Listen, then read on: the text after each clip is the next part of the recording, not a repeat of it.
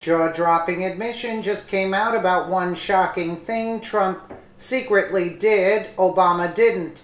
Even Trump haters can't deny it, by Al Weisman for Freedom Daily. The Trump-hating and Obama-loving mainstream media's narrative has now officially been blown out of the water for good. Marty Baron, who is an editor at the Washington Post, has officially acknowledged Monday that President Donald Trump is more accessible than his predecessor, former President Barack Hussein Obama, was to the media. Barron, in a conference, said that it wasn't like the media had a love fest with the Obama administration, and then added they actually tried for 2 years to get an interview with him to no avail. He ended his statement by saying that journalists do a lot better with the current president than they did with Obama in terms of access. This comment came on the heels of journalists complaining that President Trump refuses to sit down to interviews with real journalists, to which Barron confirms is a total and complete lie. Kristen Lima's post at Post Barron says Trump is not shy about giving press access. He likes to talk to the press as much as he demonizes us. Hashtag Poynter Ethics Summit. Barron later even went as far as to admit that although the president often laments the media and their biased coverage of him and his presidency, he also reaches out by making calls to reporters to keep them in the know. Obama never did this. Scott Nover, it's not like we had a love fest with the Obama administration. We tried for 2 years to get an interview. We do better with the current president in terms of access than the last one at Post Barron, whatever. Via Breitbart, Tancredo, the disgusting media double standard between Obama and Trump. Pop quiz, who said the Middle East is an issue that has obviously plagued the region for centuries? No, it wasn't Ross Perot and it wasn't Donald Trump. It was Barack Obama, the same man the White House press corps hailed as the smartest man to ever sit in the Oval Office. The political bias of the establishment media has never been more outrageous than what we see in the press's double standard for covering President Donald Trump. For contrast, that will make your head spin and your heart ache. Compare Trump's treatment to the press's idolatrous treatment of President Obama. The media's fan club attitude towards Obama was unprecedented in the modern era. Not even handsome Jack Kennedy or war hero Eisenhower got the kids' glove treatment that Obama got. Obama's frequent goofy statements and embarrassing gaffes were either overlooked entirely or treated as amusing sidebars. Will any historian ever catalog Obama's frequent misstatements of elementary facts? How many do you remember? Here are a few of the gems liberal historians will overlook. Obama claimed the Americans liberated Auschwitz and Treblinka. No, they did not. He said the world came together to save Berlin during the airlift. No, they didn't. It was mostly an American and British effort, with Mexico, Italy, and Egypt conspicuously absent. He claimed that as a result of the Selma March, he was born. Not true. Obama was born 4 years before the Selma March. Such historical ignorance and efforts at personal myth-making were routine for Obama and never challenged by the working press. Obama's hilarious mispronunciations and stupid asides were a regular feature of his speeches and interviews at home and abroad, and yet they did not tarnish his reputation in the White House press corps as a great intellectual and perhaps the smartest man to ever sit in the Oval Office. Oh, really? When I met with world leaders, what's striking, whether it's in Europe or here in Asia, Obama referring to Hawaii as Asia, we're the country that built the Intercontinental Railroad.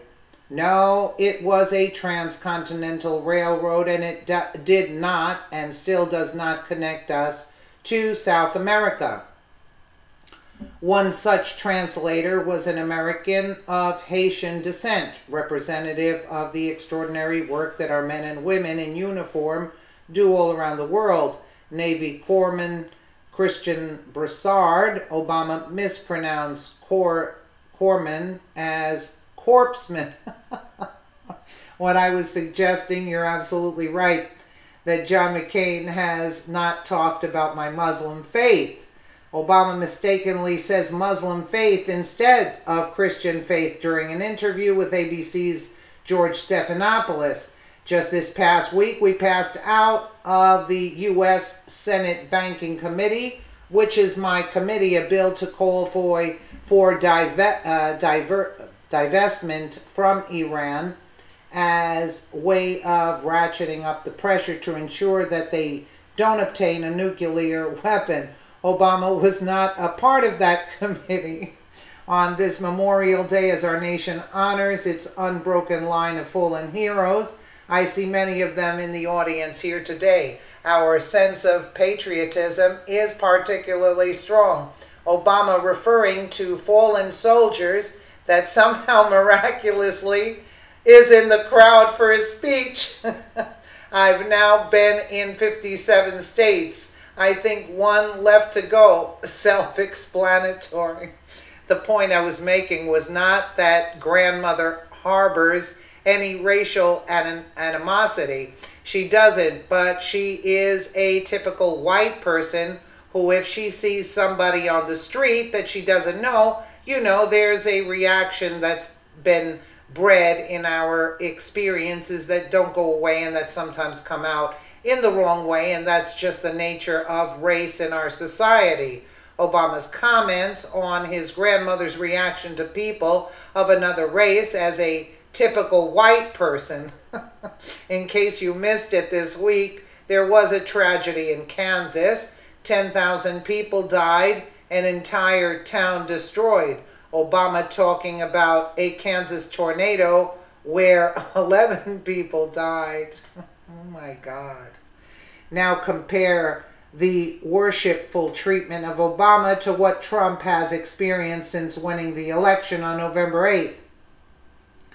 The establishment press won't even accept the legitimacy of Trump's election, much less the strong points of his policy initiatives. They won't let go of the popular vote versus the Electoral College. That is not ignorance of Civics 101. It is part of a political strategy to demonize and delegitimize the entire Trump program.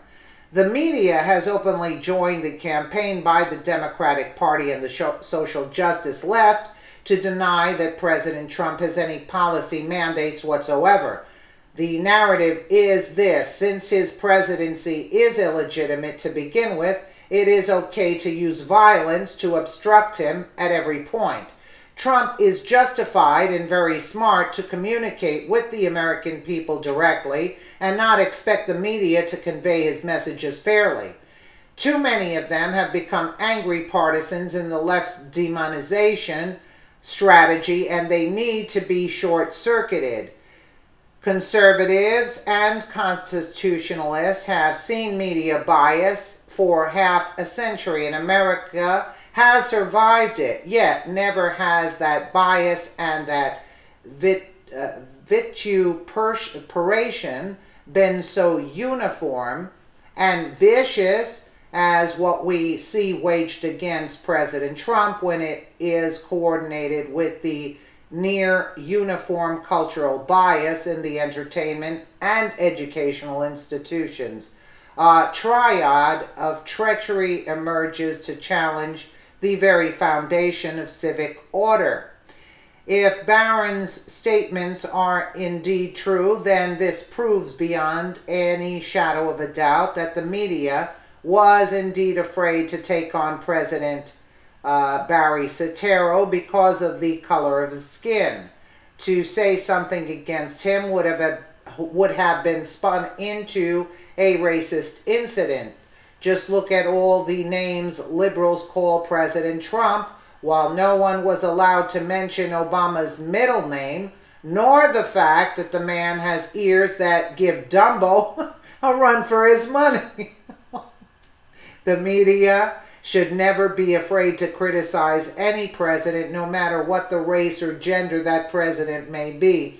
Please share if you agree this biased narrative needs to stop. Absolutely. Unbelievable. That is priceless. Let me know what you guys think in the comments below. And again, thank you so much for watching.